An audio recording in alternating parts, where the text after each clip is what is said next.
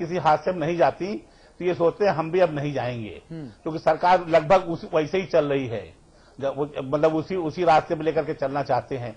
देखिए, उत्तराखंड हमारा हिस्सा है, हमसे अलग होकर के बना है। एक परिवार है, जैसे हमारा खानदान होता है, बात बंटवारा हो जाता दो भाइयों में, तो दो भाइयों में बंटवारा हुआ हमारा उनका, वहां तो हमको वैसे ही करना चाहिए जैसे वहां की सरकार कर रही है, वैसे ही हमको वहां मदद करनी चाहिए थी, हमें पहुंचना चाहिए था, हमारे लोगों को पहुंचना चाहिए था।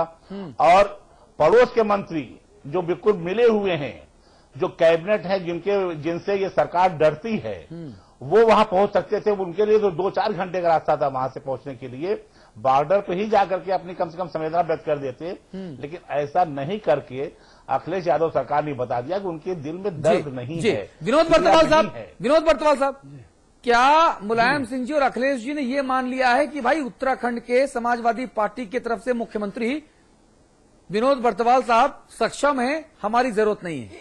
एक बात मैं कहूंगा, विनोद बर्तवाल जी उत्तर दे, क्योंकि आज कटघरे में यही खड़े हैं, बाकी सब इनको घेरेंगे।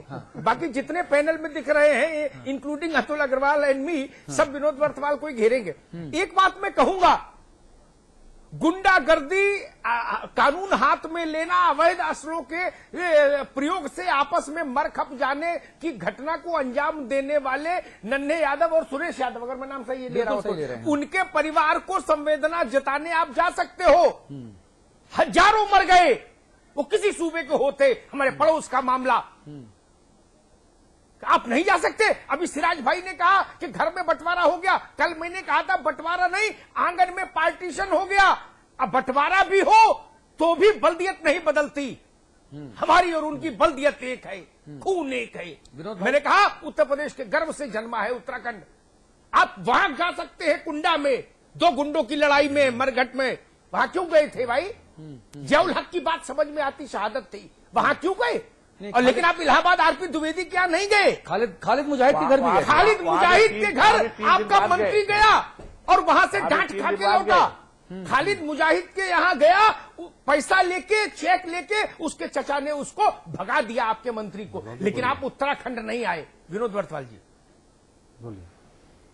जो अतुल जी ने सवाल किया, उसका जवाब ये है कि माननीय मुलायम सिंह जी से बात हुई थी और उनका पहले दिन से ये था कि वहां सरकार को बहुत मदद करनी है।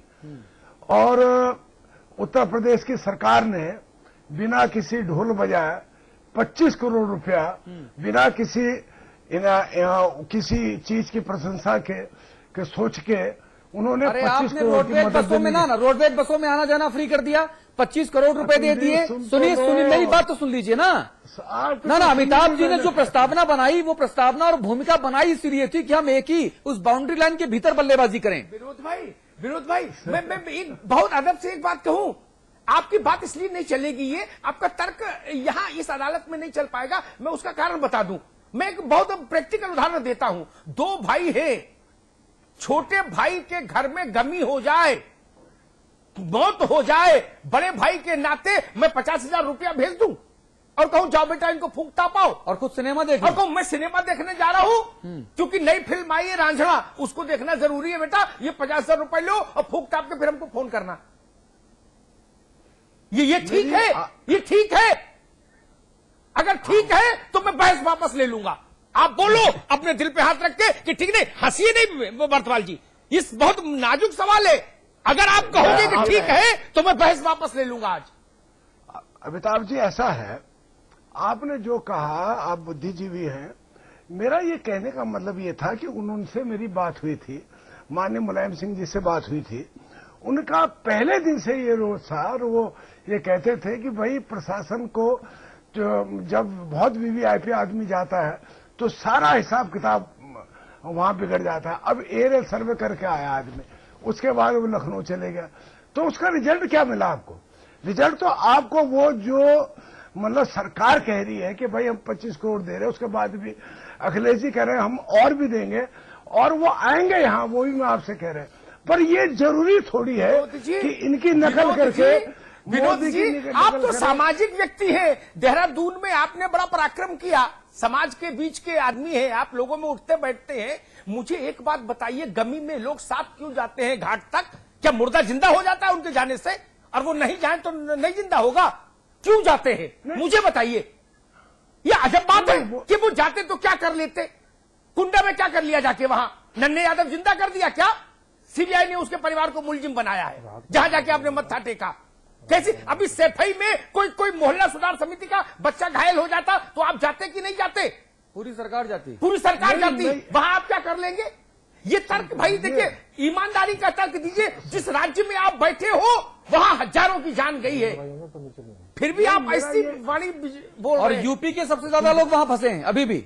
सुन तो लीजिए, मैं ये कह रहा हूं, राहत कार्यों में मदद करना हमारा लक्ष्य है या वहां पर जाके खड़ा होना लक्ष्य? लोगों में अपनेपन की भावना पैदा करना भी हमारा लक्ष्य है ना। राहुल गांधी आज क्यों आए? नरेंद्र मोदी क्यों गए थे? प्रधानमंत्री सोनिया गांधी वहां पर क्यों आए? बहुगुणा वहां पर लगातार क्यों जा रहे हैं? इसलिए कि लोगों के बीच में ये संदेश दिया जाए कि हम आपके लिए गंभीर हैं। जो सिराज भाई कह रहे थे कांग्रेस के, ऐसा ढोल पिट गया है, लोग कह रहे हमें आपके ये बनावटी आंसू नहीं चाहिए, धरती पे काम करके बताओ। और आपसे कहना चाह रहा हूं, तो क्या अखिलेश जी और मुलायम सिंह जी की भी आंसू बनावटी हैं क्या? इसलिए वो लोग नहीं गए वहां पर। भाई उन्होंने तो पहले ही कह दिया, उन्होंने कहा भाई हम प्रशासन को अस्त व्यस्त नहीं कर सकते और राहत कार्यों में क्यों बिना वजह का एक टंटा खड़ा करें। हवाई जहाज से घूम के मोदी चले गए, क्या मिला उत्तराखंड को? आप ही बताओ क्या मिला उत्तराखंड को? और राहुल गांधी जी क्या होगा? विनोद जी मैं बहस को दूसरी, विनोद जी सुनिए, मैं बहस को दूसरी दिशा में नहीं ले जाना चाहता, लेकिन आपने ऐसे तर्क दे दिए कि मुझे उनकी काट के लिए तर्क ढूंढना पड़ेगा, मैं विड्रॉ नहीं कर सकता। पश्चिमी उत्तर प्रदेश के एक धार्मिक स्थान पर एक सुतली बम पाया गया। कौन सा बम? सुतली बम। मेरे शब्द पर ध्यान दीजिएगा, और गलत कहूं तो सिराज भाई बैठे हैं, टोक देंगे। मुख्यमंत्री 5 मंत्रियों के साथ अगले दिन वहां 5 मंत्रियों के साथ बोला, कहां है सुतली बम बताओ। जो काम दरोगा का था, दरोगा का, थानेदार का भी नहीं। सुतली बम में थानेदार भी जरूरी नहीं, दरोगा और होमगार्ड पर्याप्त थे। मुख्यमंत्री 5 मंत्रियों के साथ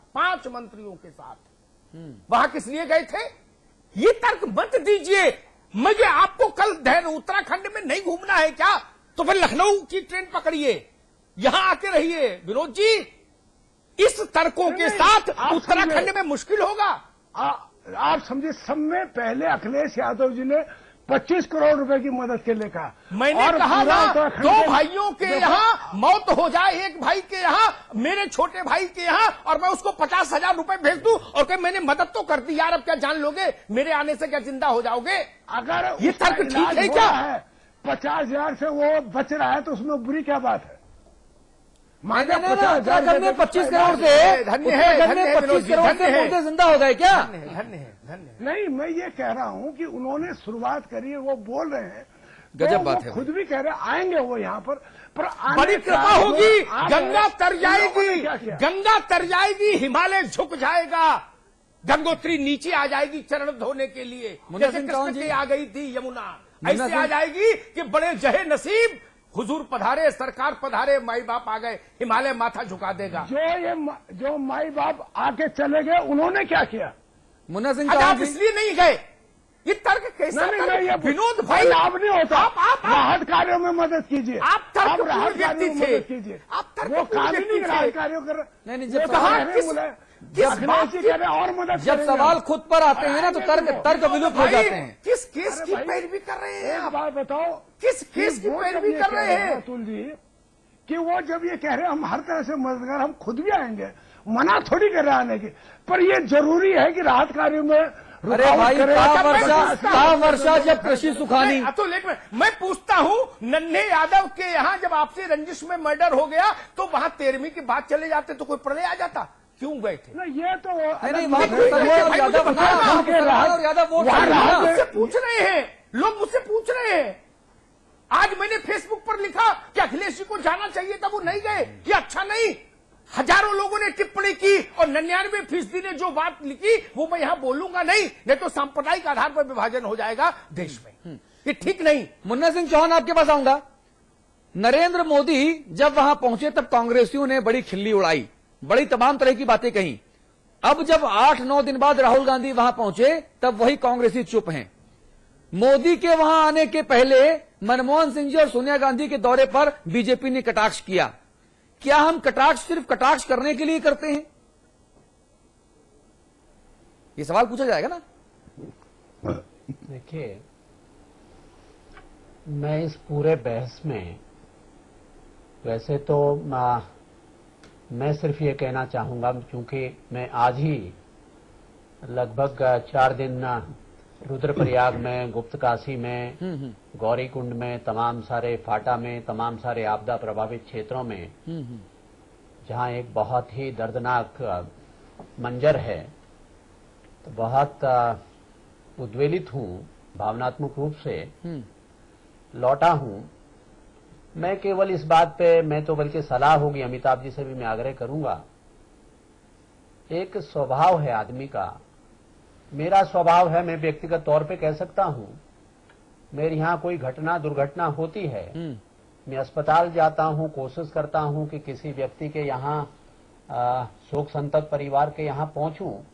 बहुत सारे मेरे मित्र हैं जो नहीं पहुंचते, लेकिन कुछ जिंदगी में कुछ काम ऐसे होते हैं जिसके लिए कोई निमंत्रण देने नहीं आता कि भाई साहब आप हमारे यहाँ शादी में हमारे लिए निमंत्रण देने आते हैं, मुंडन में निमंत्रण देने आते हैं, लेकिन संवेदनाओं को और एक ढांढस बंधाने के लिए हमारे एक संस्कृति का हिस्सा है, हमारे यहाँ एक संस्कृति का हिस्सा है कि खुशियां बांटने से बढ़ती हैं गम और से कम दुख होता है। बांटने से किसी का घटता है। जी जी जी।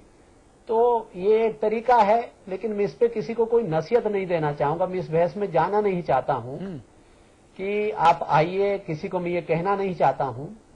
जहां तक आपने एक, मैं राजनीतिक चर्चा भी इस कम से कम इस संवेदनशील और बहुत ही एक मानवीय त्रासदी जो हुई है उसमें मैं कोई राजनीतिक बहस में भी पड़ना नहीं चाहता हूं। रहा सवाल इस बात का कि मोदी जी आए, ना भारतीय जनता, उत्तराखंड की भारतीय जनता पार्टी ने और ना ही उत्तराखंड के लोगों ने, ना आपदा पीड़ित लोगों ने, किसी ने निमंत्रण नहीं भेजा।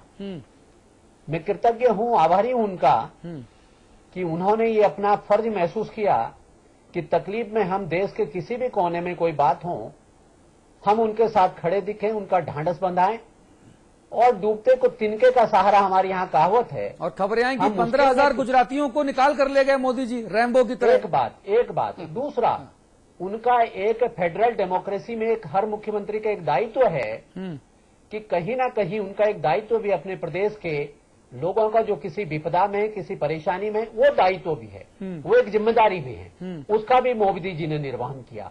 और इतना ही नहीं, उन्होंने, यदि आपने उनको, जब वो यहाँ पर आए, आप जैसे प्रबुद्ध मीडिया के लोगों ने जब उनसे बात की, उन्होंने हाथ जोड़ करके कहा कृपया मुझसे कोई राजनीतिक सवाल ना पूछें, मैं कोई राजनीतिक बयान देने यहाँ नहीं आया हूं। उन्होंने कहा मैंने भुज के भूकंप का दंश झेला है गुजरात में, लिहाजा मैं विपदा का मतलब समझता हूं और मैं केवल उत्तराखंड के साथ खड़ा हूं, ये कहने आया हूं, और जो मदद मुझसे, जो भी मदद हम कर सकते हैं वो करने के लिए, और साथ ही साथ अपने प्रदेशवासियों को भी जो यहाँ फंसे हैं उनको भी मदद पहुंचाने के लिए वो आए। किसने टिप्पणी की, आज वो एक्सपोज हो गए। आज आप देख रहे हैं जो टिप्पणी कर रहे थे, तो मैं आज पूछना चाहता हूं, आज राहुल जी, आज आपदा के 9 दिन बाद मैं आपको अपने आंखों देखी बात बता रहा हूं, आज जब मैं रुद्रप्रयाग से आ रहा था तब मुझे कांग्रेस की गाड़ियां, राहुल गांधी यूथ ब्रिगेड, युवा कांग्रेस, उनके लंबे लंबे झंडे, बैनर्स, नेम प्लेट्स लगी हुई गाड़ियों की फ्लीट दिखाई दे रही थी जाते हुए। मैं पूछना चाहता हूं किस चीज का इंतजार हो रहा था, किस चीज की प्रतीक्षा हो रही थी? राजनीति हम कर रहे हैं, राजनीति मोदी जी ने की, राजनीति भारतीय जनता पार्टी ने की, या राजनीतिकरण इस त्रासदी का कांग्रेस या कोई दूसरी पार्टी करने की बात कर रही है? और आज तो इसलिए इस समय भी बहुत, मेरा मन बहुत दुखी है कि एक जांबाज हमने देश की सेना का एक पायलट गंवा दिया, भारतीय सेना ने। आज फिर 9 बहुमूल्य जाने और चली गई एक हेलीकॉप्टर के क्रैश में। मैं सैल्यूट करता हूं, मैं सलाम करता हूं उस जांबाज को, सेना के उन जांबाजों को जिन्होंने इन तमाम सारी खराब मौसम के बावजूद भी अपनी जान को हथेली में रख करके, अपनी जीवन को हथेली पे रख करके और उन विपदा में फंसे लोगों को निकालने का, उनको तो हम आज देश सैल्यूट करता है। आज उस जांबाज को जिसने अपनी जान को हथेली में रख करके ठीक है। अविकल यहाँ पे थपलियाल, विपदा में फंसे लोगों की मदद अविकल करने की थपलियाल, बात की है। ग्राउंड जीरो पर आप मौजूद हैं। मैं चाहूंगा कि ये कथनी और करनी में जो एक अंतर नजर आ रहा है, हाथी के दांत खाने की और दिखाने की और, यहां पर जितने भी खद्दरधारी आ रहे हैं, अमुक खद्दरधारियों